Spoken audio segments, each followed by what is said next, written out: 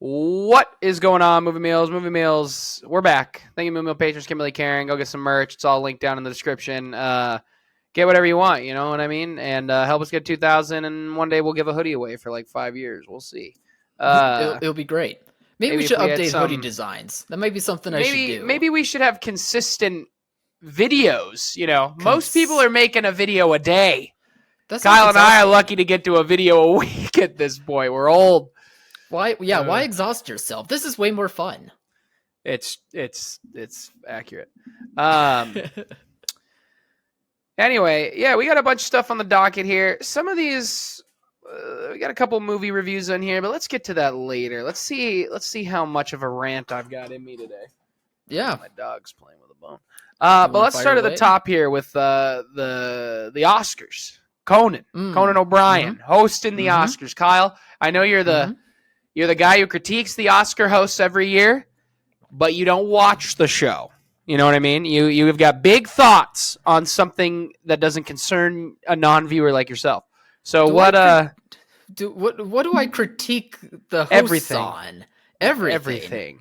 That doesn't sound like everything. Except it does.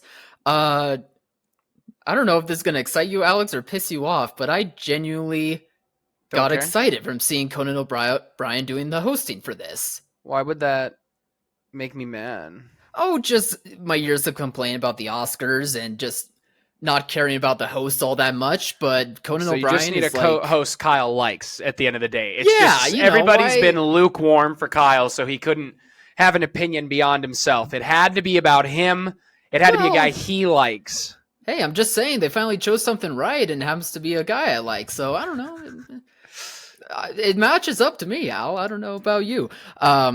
No, this is actually a very good hire to me. I think that he was great on his many talk shows. I think that he's super funny, and I think he could do something similar to Seth MacFarlane years ago, where it's not exactly the same brand of humor, obviously, but it's just more off-ball humor type stuff that's just a bit different skewing, but I think it could still land well. And I think hearing Conan, and I've listened to some of his podcasts over these past few years, it actually seems like he loves and appreciates movies to, like, I don't know, a different standard compared to like some other hosts that we've seen over the years, at least in my opinion. Maybe it's just because like I listen to his podcast more than others, so I have that viewpoint on it. But that's kind of like what the Oscars need to have, is like someone to champion the movies and recognize like why we're all wanting to love this industry and show some love to this industry to begin with, rather than, you know, not necessarily have the same jokes that kind of degrade it,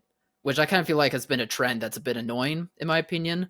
But I don't know. I feel like trend? That. Say it again. That they're that when it comes to the humor of the Oscars, it's a bit more like negative towards the movies and the movie industry. That just, I don't know. It doesn't do a good job at shining a light on it, in my opinion. So hopefully Conan doesn't quite go at that angle. But I might actually watch the show because of this. Don't jump the gun there, pal. I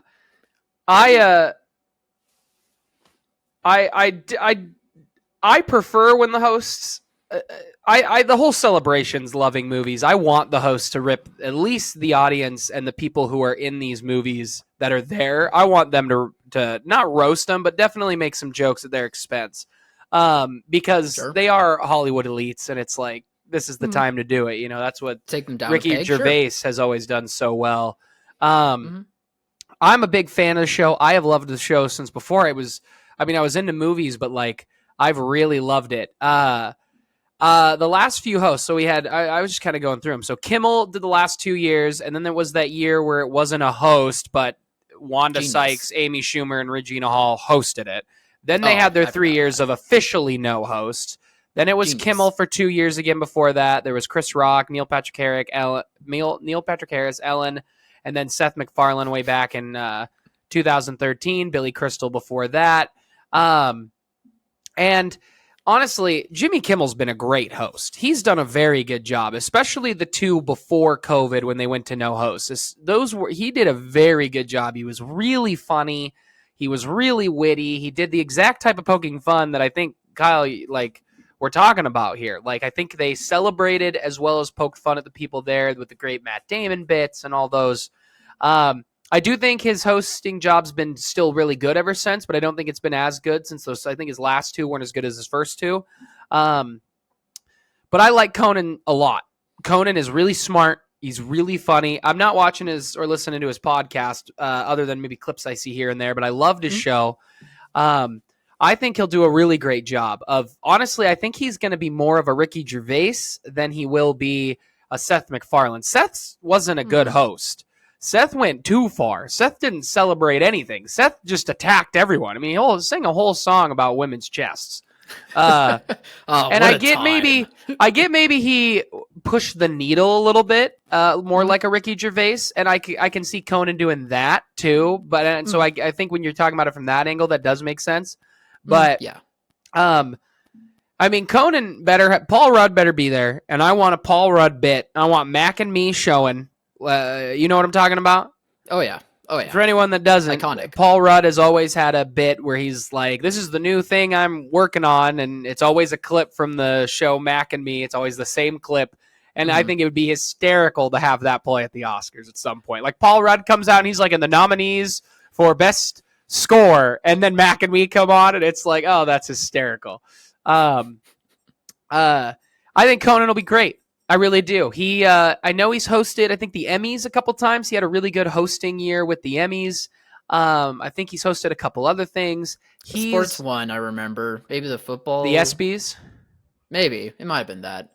He might have done the ESPYs. Yeah. But he is funny. He's a great pick. He's a little bit more out of the box. And I think I wonder if he is excited to do it. You know, his podcast, I don't know how big it is. I don't listen to it, but I know that it kind of keeps you, you know, if you're not one of the biggest podcasts in the world, you're not necessarily in like the spotlight all the time. So I think it's probably going to be nice to have Conan kind of back in the spotlight. And I think Conan will do a great job. So I feel good about it. Yeah, I'm genuinely looking forward to it. Which would be fun because talking about the Oscars is a fun thing to do with you on the show, and you never have fun with me anymore. Not since post-COVID Kyle has never been nearly as fun. How about this? Since I'm so excited about Conan, we do more Oscar stuff on the podcast. We'll start doing prediction stuff more. What a tease. What an absolute tease. Maybe. No. Let's move on to something that actually matters. That's Star Wars, okay? Been a lot of Star Wars news in the last couple of days, and boy, have fans been absolutely ridiculous, as per usual. Sure. I don't remember the order of all these things that have happened, but I know the kind of the first big thing, if I remember correctly, at least in the way I saw it, was Simon Kinberg is developing a Star Wars trilogy. I did not see anything that he was directing it, that he was creating a trilogy in terms of writing, producing, and possibly directing. But did you hear anything? Yeah, I will double check that, but I think you're right that I haven't heard anything about writing or directing, but since he has dabbled in it recently, I don't think that's that big of a leap that it could happen, but I can double check that source. Yeah. See if something comes up. I saw a lot of people talking about how he is going to be the director of all three movies, and I'd be kind of shocked if he was. Yep. Because I don't think people know what Simon Kinberg. Like I saw video after video where it was like, he's made this, and this. And even going on to IMDb, his directing credits don't even show up right away because he's only made 3 movies. He did an episode of The Twilight Zone. He did X-Men: The Dark Phoenix, and he did the 355. 355, a little underrated fun action movie. Obviously, I remember Did you when like it? I remember that being like, okay, man. Oh, I just heard so many people poo-pooing it that I didn't even know if you saw it or not. Oh, I just didn't bother myself. I mean, still, I'm not saying it's a banger, but Sure. a little action flick, you know. And then X-Men: The Dark Phoenix, and I remember when the announcement came that he was doing Dark Phoenix, and it was a big deal because he had kind of convinced everybody. He's like, I've been working with Fox for so long. I'd love this opportunity. They had all these issues with Bryan Singer, with Apocalypse, because it was Apocalypse where all that came out. And behind the scenes stuff. Yeah, that's what I'm saying. Top of that. And so he got an opportunity to make a movie, and it's not good. Dark Phoenix isn't very good. He was also working with a lot of other stuff. Now, if we take director out of it and we look at his writing, you know, that's where people are going to say a few more things here. But he's written for, just some highlights here, the Mr. and Mrs. Smith with Brad Pitt and Angela Lee. Great, very fun action movie. Then did The Last Stand. Ooh. Did Jumper. Ooh. Did the first Sherlock Holmes. Loved movie. That's a great movie. He wrote that? Yes. Did Guy Ritchie not write that? I assumed he did. They probably wrote it together. You can write things together. Yeah. No, Guy Ritchie didn't even write any of it. He just directed it. All right. Wild. Yeah, the writers for that were Simon Kinberg, Anthony Packman, and Michael Robert Johnson. That's a good script. Then he did Days of Future Past. Great script. Then he did Fantastic Four. Bad script. But Fantastic Four also, though, had a ton of issues behind the scenes. Like, we have no idea how much of that script got forced changed or things like that, because the studio was so heavily involved in that script that Josh Trank's not made a movie since that I know of. You go past that, you get Apocalypse, not good. You get Dark Phoenix, not good. 355, kind of, and then he writes for Invasion, and then writes the Mr. and Mrs. Smith. Works on 8 episodes, it looks like, of the TV show, the show that came out. And so he's hit or miss on his writing. Definitely missed on directing.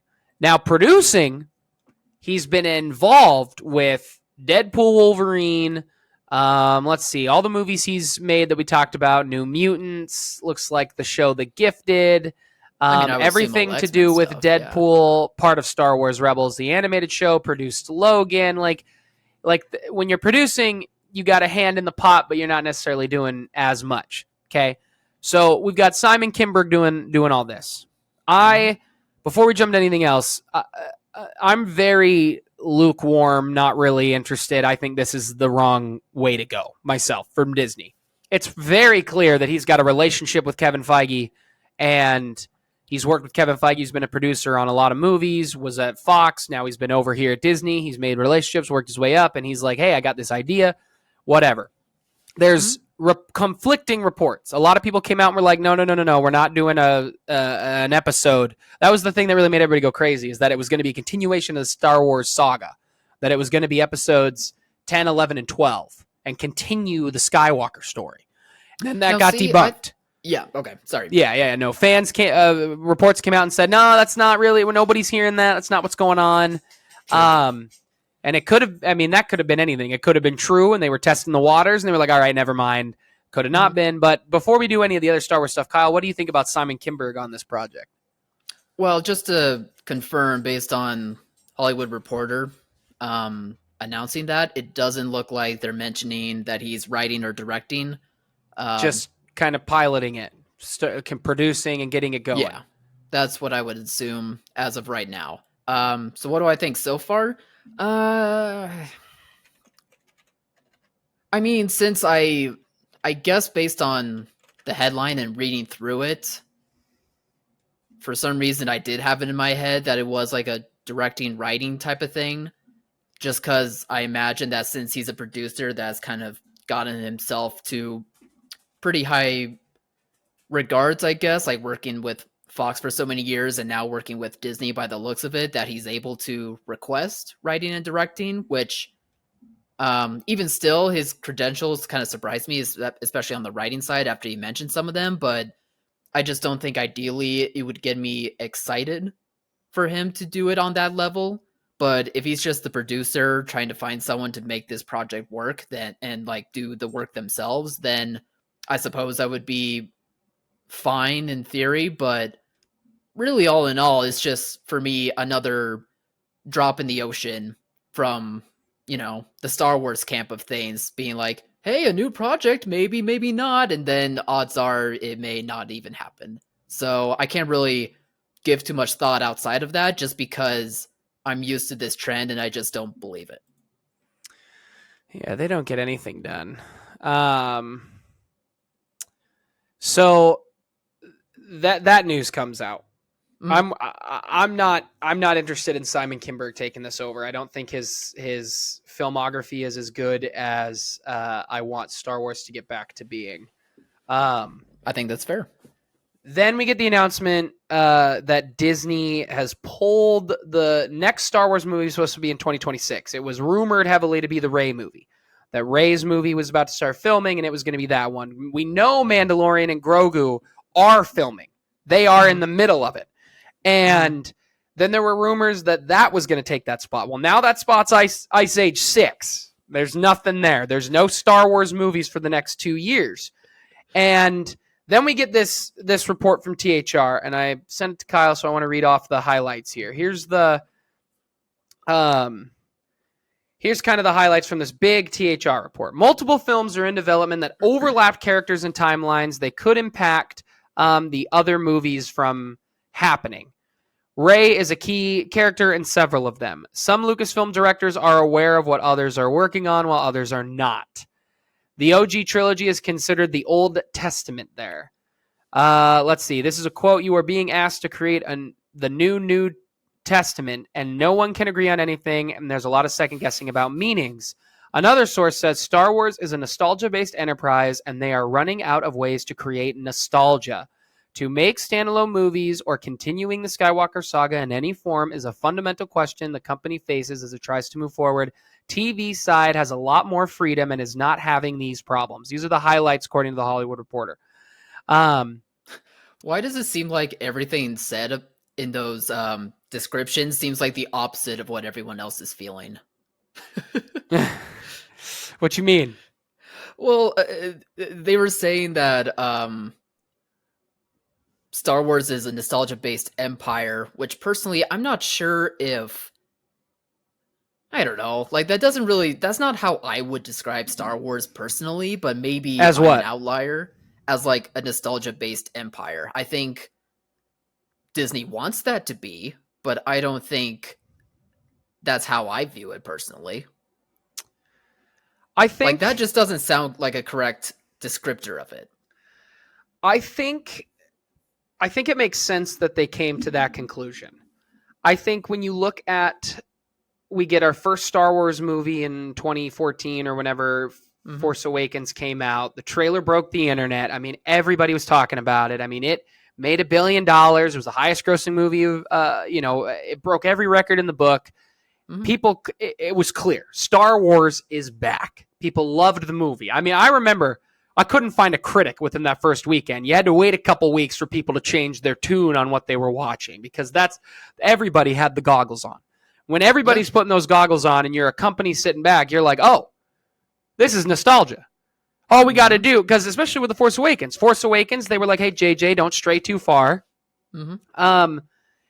I really think where they truly, then The Last Jedi rolls around, okay? Ryan makes a movie different than he's in interviews and he's talking so passionately. There's no way anyone who whether you like The Last Jedi or not, you clearly haven't watched interviews if you disagree with this sentence. Rian Johnson was arguably more passionate than J.J. Abrams. I mean, he would talk about deep lore, deep stuff, what Star Wars means to him, and then there's this massive divide. And it really became that. What is the difference in what Star Wars means to people? And at the end of the day, what it is it's movies for 12-year-olds. That's what they are. You were 12 when the original trilogy came out. You built nostalgia up for it. It was the biggest, coolest, different sci-fi-esque adventure that you had seen. Obviously, yes, I can hear the nerds being like, well, my father read Dune, and Dune was... My father... We get it, okay? It was different. There's a reason when you talk to people, there's a reason Star Wars is what it is, okay? It's arguably the greatest story ever told. So... You get that. Then you get this whole generations of people who are grown up on just those movies and all these books and all these things that are coming out. Then finally, years go by, 16, whatever years it was, George is like, we're going to make another trilogy. He goes back to his prequels. Now all these new 12-year-olds and all these new kids, which is us, we love it. I mean, the nostalgia around those movies are amazing. I mean, I still have so much fun watching those 3 movies, and 1 and 2 are bad movies, and I love them, but they're bad movies. Yeah, yeah. So then you get to this next wave, and it was quicker. Obviously, there's a bigger gap between the OG and the prequels to the prequels and the sequels, but you have this next wave, and fans have a different view of it. And then Rian Johnson's movie comes out, and he says, hey, here's a legacy character, and I'm going to do something to it that not a lot of people are going to like. I mean, he said it in interviews before the movie came out. I've done things in this movie people are not going to like. That happens. It comes out. It divides it. I can totally understand why Disney then goes, oh, we got to get back to nostalgia. We have to get back to nostalgia because nostalgia is what worked on The Force Awakens. Everybody loved us. Everybody did this. And they have done nothing, and I mean nothing, but miss since. And I'm not saying their products have been bad. They are missing. They're a bad franchise that's had a couple of playoff runs every now and then. You know, you're looking at the New York Giants back in the day with Eli. They're just bad. And then one year they sneak into the playoffs, make a run. That's an Andor. That's a Mandalorian. And we're forgetting how freaking good Mandalorian season 1 and 2 were. People were losing their minds. It does make it funnier that they're saying that TV has a lot more freedom and is not having like problems behind the scenes. Are they talking about just those few playoff one-hit wonders? You want to know what the truth? I bet I would be willing to put money on this. I bet you what's happening is people who are coming in to movies, they're playing in a bigger sandbox. They're playing with, well, I want to do the first ever Jedi. Oh, that's a lot of lore. That's a lot of lore. Oh, I want to do a Rey movie. Oh, that's a lot of lore. Everything is involved a massive amount of lore. Those movies aren't doing that. Other than Mandalorian, or the TV shows, I mean, are not really doing that. Like Mandalorian, Ahsoka, yes, they're playing with lore, but it's in a different way with creatives who are, you know, Dave Filoni. Ahsoka's his baby. Like, you trust him to do it because he's the guy who's been doing it and has been so heavily involved. And then you get a show, Skeleton Crew. Like, Skeleton Crew's coming out, and it's just this fun adventure with kids. And it could stink. It could be great. It's a fun adventure with kids. It has nothing to do with the lore. Andor has nothing to do with the lore, and Andor might be the best thing anything Disney's made with the property of Star Wars. Andor season 1 is that good. Andor season 1 is just a drama. That's it at the end of the day. So, yeah, toss in some thoughts here before I keep rambling, because I can keep going. Well, I caught him at a bad time. I don't know what to make of all this stuff. Like, it's stuff that I'm not really surprised about, but it's just, I could imagine, very annoying for a lot of diehard Star Wars fans, so I kind of feel them. I think we just wish that now we could just have like a fun movie-going experience with Star Wars again, but I even wonder even if like some new trilogy or whichever of the 20 projects somehow gets developed that gets released, that if that's even going to happen again. Like, I don't know, maybe they like the excitement of Star Wars again at the level that we remember, and maybe even when we were a bit too young, but remember back when like the prequels came out. Like, yes, they were bad movies, but I still think there probably was genuine excitement about them anyway, to an extent. I don't know, maybe rose-colored glasses there. Yeah. Sequels, there was definitely prequels. Excitement. I mean, you can look at the box office alone to know that it was people wanted to go. But Star Wars does hold a place in people's heart that is different than every other franchise. There's a reason it's causing this many issues, because it really is. So, I mean, like you make a whole theme park around it. Like, it's that big. Like, there's really not that many IPs that truly do compete with Star Wars. No, I mean, I would agree with that, but I do wonder if they've kind of made their bed, just kind of scrambling post sequel trilogy, and it's gotten to a point where you're just not going to get that level of hype again. I think that's a genuine question. Yeah, no, I don't know if we'll ever get that hype. I think kids will get that hype. I mean, it's space swords and, in space or whatever. And, Skeleton Crew 20 years from now, there's going to be, what is it, Gen Alpha plus or whatever of that generation that's going to be like, that was my jam. Like, it's going to happen. It's true. And we might never capture that again. Star Wars is a moment in movie history. And the original to Empire, and I think even to the prequels, and then the sequels that came out, I think those all have their place in history of movies. Will they ever get to that point again?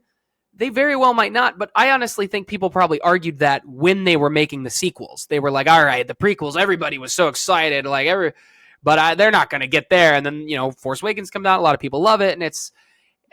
What I think the problem is they're not letting creatives be creative. If you're holding Star Wars to such... Seriously, if you're holding Star Wars to such a high standard right now, what Disney should be doing is begging George Lucas to come back and produce. Like, honestly, if you are to that point where it's like, we don't know what to do. We want movies to be Marvel, because that's what that first point in the THR article is saying. It's, we want Marvel. We want Rey to hop from character to character and start all these new things, because what they want to do is create new nostalgia through Rey. That they want to create new franchise, new IPs. Yes. It's creating... Go ahead. I personally think that's a bad idea. I agree. I don't think we should be doing a Rey anything. As much as I, have liked Daisy Ridley in the role, I don't think it was perfect all the way through, obviously, but I don't think she was the problem.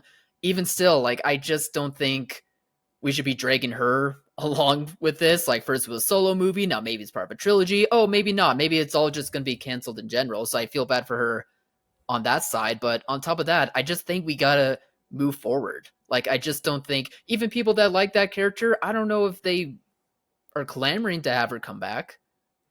Maybe it's just, we got to progress the story forward and just not worry about those characters anymore. I think a lot of young women who watched Rey be the first real female Jedi on the big screen, who were 6, 7, 8, 9, 10, 11, 12 years old, who are now in their teens or even closer to their 20s, would love to see a Rey movie. I think there's definitely an audience for a Rey movie. What I don't want is a Skywalker movie with Rey in the lead. You can do them separately.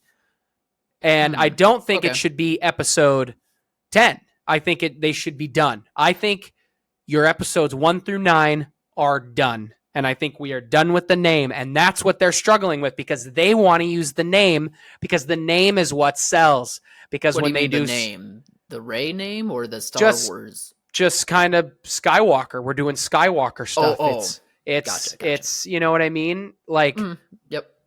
But, and I mean, they've talked about, we want to do an Avengers kind of style movie with all the TV characters coming with the Mandalorian. And it's like, dumb. How about we do this?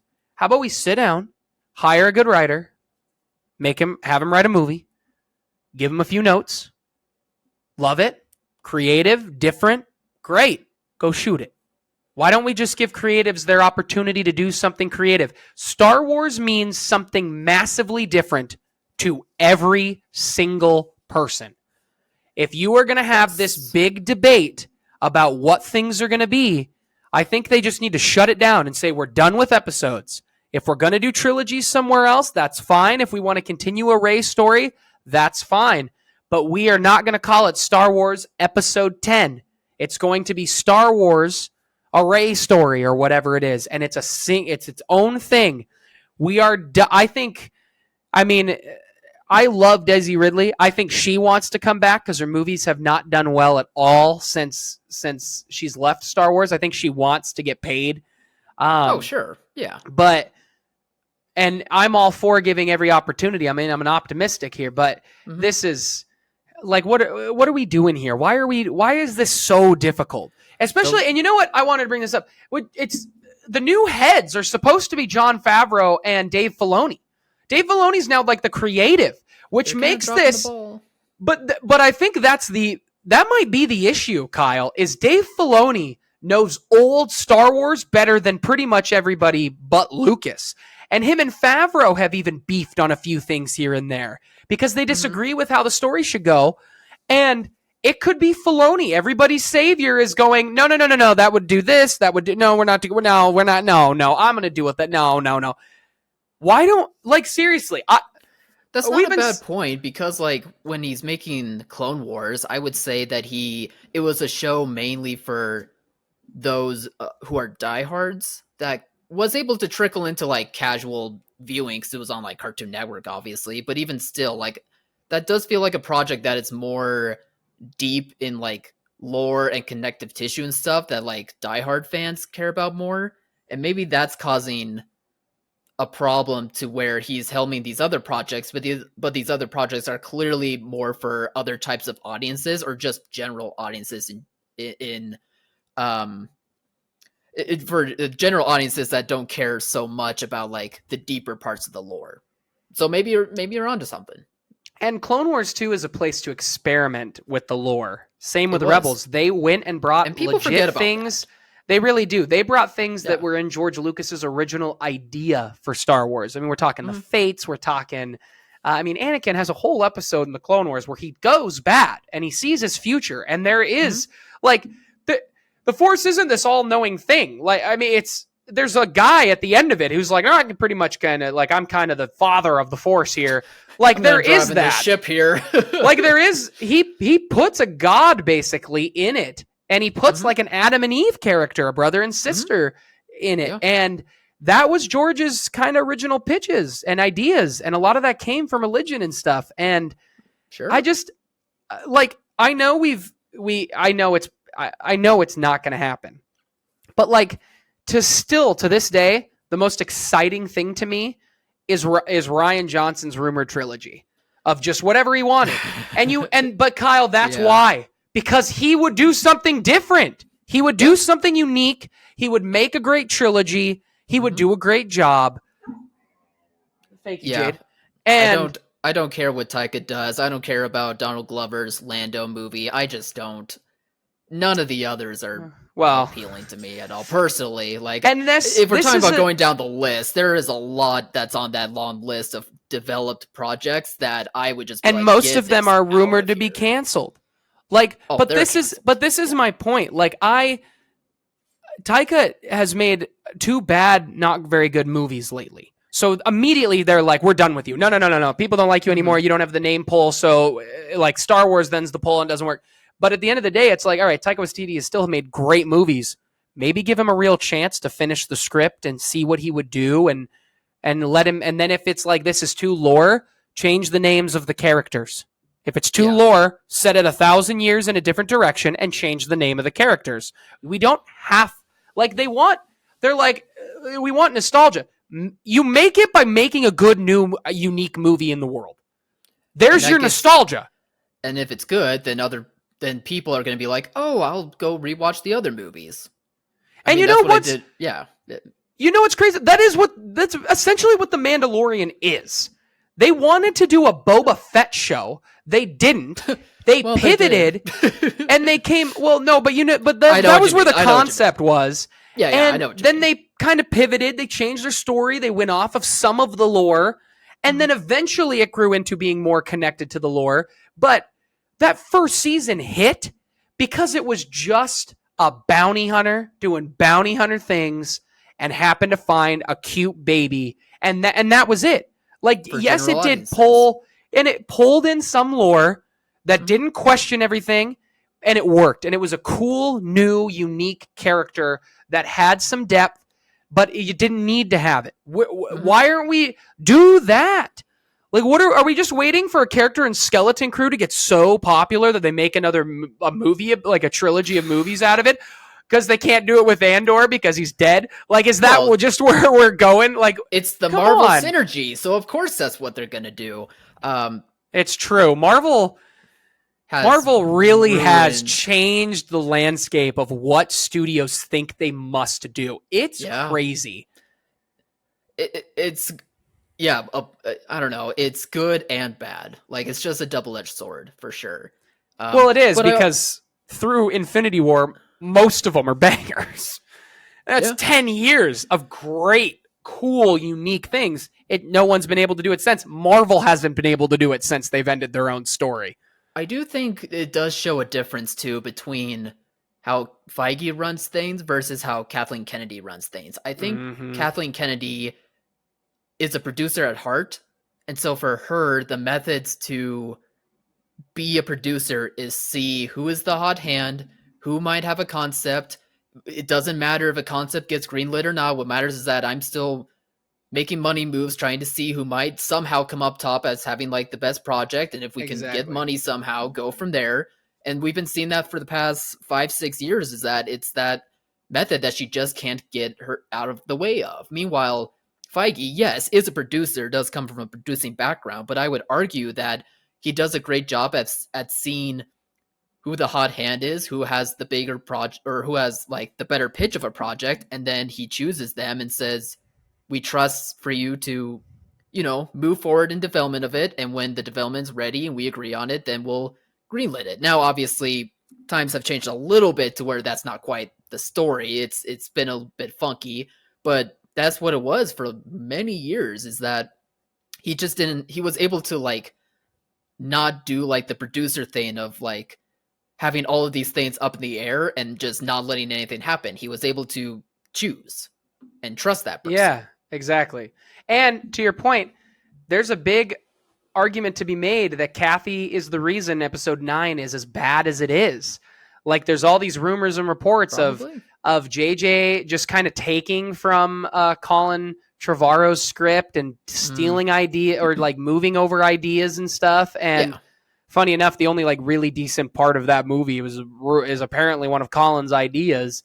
But which one was it? Like, do you remember? When they fight in their mind and they can see and meet and talk and have a discussion and then battle it out in their mind. I think that was really cool, unique way to do the Force. But like, I just walk up to a bunch of creatives, say, hey, we're going to hire all of you writers, write us a Star Wars script, can't touch Skywalkers, stay away from everything, make your own. Like, even the prequels are connected and so different. The aliens, even when the aliens are the same, they're different. There's new, unique aliens everywhere. We only really, I mean, we got it in the sequels, but it wasn't as much. And even when we get to the point where it's like, all right, we got sand. Like, one of the few things, I mean, I love The Last Jedi and I will die on that hill, but like, at least it's desert planet. He was like, let's not do a desert again. Let's make it salt. Let's make it different to create a new and unique atmosphere. Awesome. It's not just a green, forest again. It's not this. And obviously there are planets, it's hard you're running out of options. But yeah, there's only so many environments and ecosystems or whatever the heck it's called. But you can get creative with the look and the design, and I want them to do that more. The only movie that I think has the opportunity to do with what they're hoping it will do that is actually apparently kind of still greenlit, because most of them aren't greenlit. Taika's is rumored to be canceled. Patty Jenkins is canceled. Ryan's is rumored to be shelved indefinitely. Like, all these are rumored to be gone. But the James Mangold one of him doing the first ever Jedi, I think it just depends on the direction he takes it. I think, like, you look at Star Wars Visions, why aren't you tapping those stories right there? Like, what are you doing? I think the idea of the episode of Visions where it's a Ronin, I mean, they wrote a book about it in canon. I read it. It's great. Take that idea, make that your first Jedi. Not that he is like the first person to truly tap into the Force and all this, but that he was like a rogue something. He's basically a samurai, and he's going from planet to planet, and he's learning, and he's just out for the good of the people. And on that journey, he discovers what the Force is and realizes he can tap into it, and he works on his own to train himself. Don't have a Yoda from the future or the past come and teach him. Have a new character, or just have him learn it.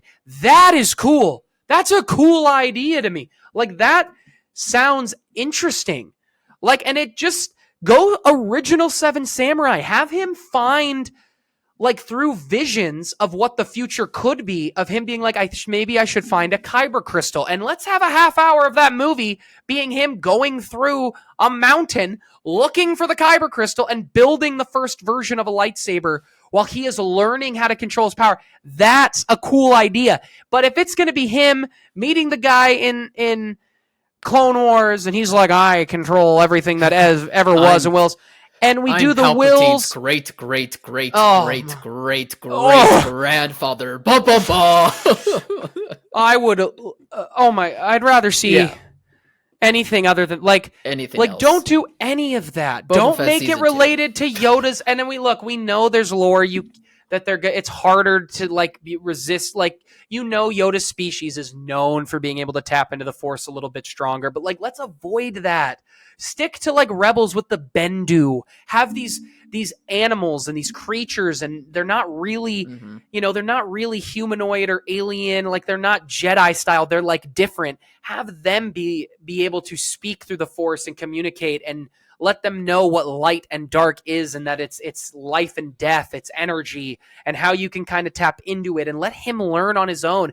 And then that's your movie. Then have him find, if you want to continue these stories, have him find an orphan and Batman him up, and then let the next movie be an adventure of duos. But you know what I mean? But if we have Yoda speaking to him about everything he can become and do, create a new character, create something new.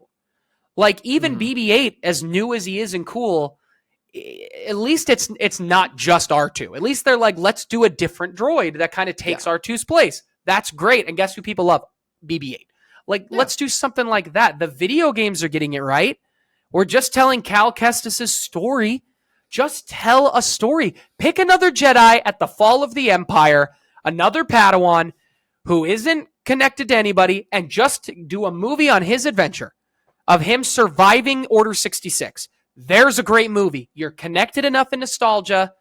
I just don't get how dumb they can truly be. It just makes no sense to me. And then, I'm not done with this rant, Kyle. It's not going to end. But then, keep going.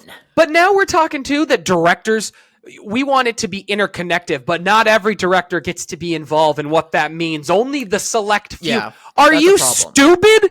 That's literally Kevin Feige, James Gunn, the Russos, they all talked about on Avengers that they all communicated things. Some stuff has come out where James Gunn has been they actually, I wouldn't have let them do that this way. I would have advised against it. But they did have conversations about a lot. Yeah. A lot. Exactly. They brought some of them on set some days just to film those scenes with those characters because they know the characters better. Why are we not doing this? And it's because people have such a... Kevin Feige said, this is my vision. You're coming to my sandbox. Everybody's going to the local park for Star Wars and yelling, I own it. And it's no, you don't. Let's all just sit down and build a sandcastle together. If you have a great idea, create that idea. If you got a cool action figure, he can play. Yeah, but I'm not going to, it's just insane to me. What are they doing? Anyway, give me a couple more thoughts here. No, that part did annoy me in terms of directors not being aware of what others are working on. I mean, it annoyed me, but it also didn't surprise me at the same time. But it is ironic considering they're we gotta merge and make a cinematic universe and everything is involved. So it's so dumb. It's so dumb. Yeah. I mean, funny enough, I was talking with a coworker of mine about that James Mangold supposed Star Wars project, and literally between your pitch and his pitch of James Mangold plus Western, almost a Western solo adventure movie, you're just talking more that's samurai the same focused, thing. But that's where exactly Westerns come from, baby. Let's do it. This guy is smart. Both of you guys, I'm get us in the writer's room. Get us in the writer room. Yeah, exactly. No, you guys would have cranked out $1 gajillion for them in 30 seconds? That you pitched that in 45 seconds flat. I'm just saying. It's not hard. Movies are not hard. They're so easy to make. The easiest note Kathy can give. Kathy's got an easy note. Hey, don't connect it to anything insanely big in the universe. Make it different. Yeah. Connect it loosely. Find loose ways to do it. If you wiggle out and find a great way to get a Yoda in there somewhere, then we'll talk. But just create something. Was it Marvel or Disney that has this new fan? They're catering to the fans, or was it just Disney overall? Was it Marvel or Star Wars? I mean, we're gonna have fan panels or expos or screenings to get fan perspective and change things based on what they want or whatever? That might have been a Star Wars thing, but honestly, Disney encompasses it all. And it all feels so samey and nostalgia wishy-washy anyway, so I would say that it's all of them.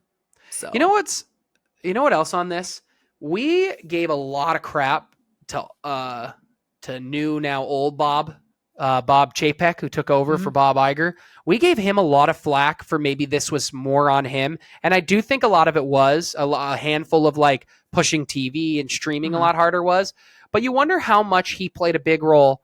Then Bob Iger comes back and he's like, no, we got to get back to this. And it's like, I'm sure Kathy's under stress too. She's had a new boss, thought she might get fired. That boss gets out, new old boss comes back. And now Bob Iger plans to leave in the next couple years. And is another guy going to come in and be like, no, we're actually scrapping everything Star Wars because, it's insane how much they don't have a plan. I mean, not Andor season 2, because I think Andor season 2 is going to hit. Is that the last season of that show?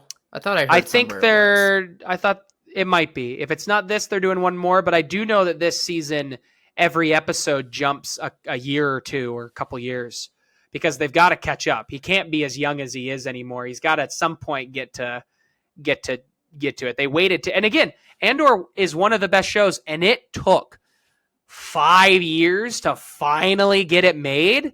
Yeah, I mean, it was originally supposed to have K2SO in it from the beginning, and then they scrapped that idea, and now he's back. So, I don't know. Anyway, we've kind of really rambled on. I'm not sure we got time for anything else, my guy. How about we just do the Nolan news real quick, and we can just talk about movies once you get back, because we'll probably be gone next week. You'll be out of town, so... Yeah, I'll be out of town. Let's just catch up on our movies when we get back. A lot of good ones that have been coming out recently, too. That would be a fun discussion. So, what's the Nolan news again? Hiring everybody? Tom? More casting news. Zendaya? Matt? Yep. And? Zendaya. Lupita Nyong'o. Lupita? Anne Hathaway. That's so good. Yeah. I heard a rumor that Zendaya's not planning to have a big part in the movie, that she'll have a smaller part. I heard that, too, which is fine. I mean, look at Oppenheimer. Half that cast was smaller parts, but they all hit, so. Yeah, really everybody. Yeah. Lupita I think it's Nyong'o, a great cast. Lupita Nyong'o, I love that for her. Like, I'm glad that, I don't know, between this and Wild Robot, Quiet Place as well, she's been having some great stuff lately. Yeah. Yeah, took a little bit of time off, was doing some other small things, was in Star Wars, let's not forget. But I love it, and I'm really excited for Tom. I'm really excited for Lupita, and this whole cast sounds great. I think I'm really curious to see what this movie is actually going to be, because of the rumor of it's being like a vampire whatever, like I want to see that. I want to see this weird non-sci-fi Nolan movie, go deep in it again. Give me a Prestige, give me that kind of crazy stuff. I would be shocked if it does wind up being that movie instead of like the fighter pilot one. I think that was what it was. The other option the cast kind of feels a little bit more like a fighter pilot cast, right? Yeah, that was kind of that was kind of what I was thinking too. But if he does wind up surprising and it becomes that vampire movie, I'm not going to say no. Maybe they're all the same out of his wheelhouse. Movie. I mean, hey. Rumors are like that, man. You hear one thing, and then it turns out to be a hodgepodge of a bunch of other things. So, all right. But no, great cast so far. Yeah, I agree. It's a great cast. All right, guys, what do you think of everything Star Wars and everything else we talked about today? Comment below, let us know. Like, subscribe, share. Help us get 2,000. Thank you, patrons. And as always, thanks for watching, Mom. See you guys.